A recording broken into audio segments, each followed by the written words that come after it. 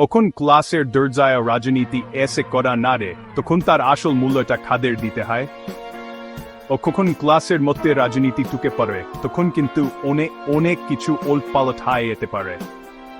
পড়াশোনায় মন দেওয়ার বদলে ছাত্রছাত্রীরা গরম গরম তর্ক-বিতর্কে জড়িয়ে পড়ে।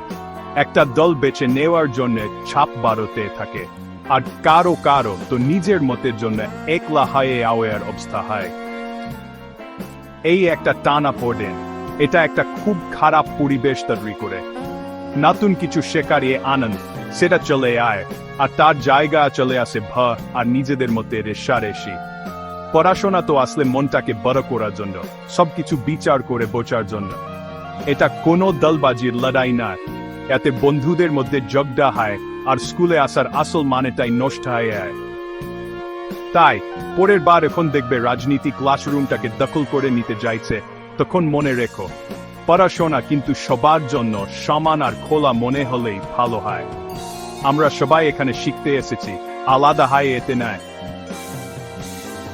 চলো আমাদের ক্লাসরুমগুলো পড়াশোনার জায়গা থাকে, ঝগড়া জাতি নয়। নতুন কিছু জানার ইচ্ছেটা রেখো, মনটাকে খোলা রেখো, আর রাজনীতিটাকে ক্লাসের বাইরেই রাখা।